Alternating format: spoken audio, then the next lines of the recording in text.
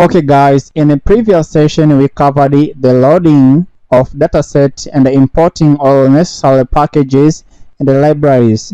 This is part number 2 and we are going to cover data exploration. At the end of this session you will be able and you will have the total visibility of different and important information about your dataset.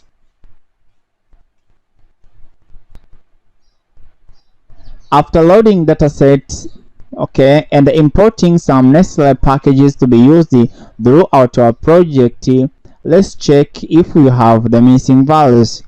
So the function is df.isNull bracket.sum. You can see each column, which is category and the book, both have nil.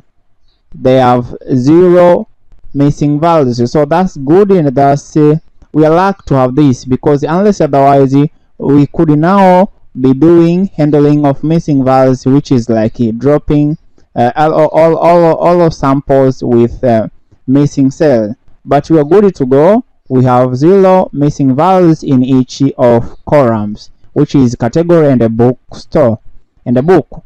So here let me add the cell, okay, and I set it as markdown feature exploration. So we want to explore more our data so as to have the full understanding or the total visibility of our data set. So let's check out the data types of our 2 columns. So the function is df.dtypes. You can see the category column is of type object and the book column is of type object.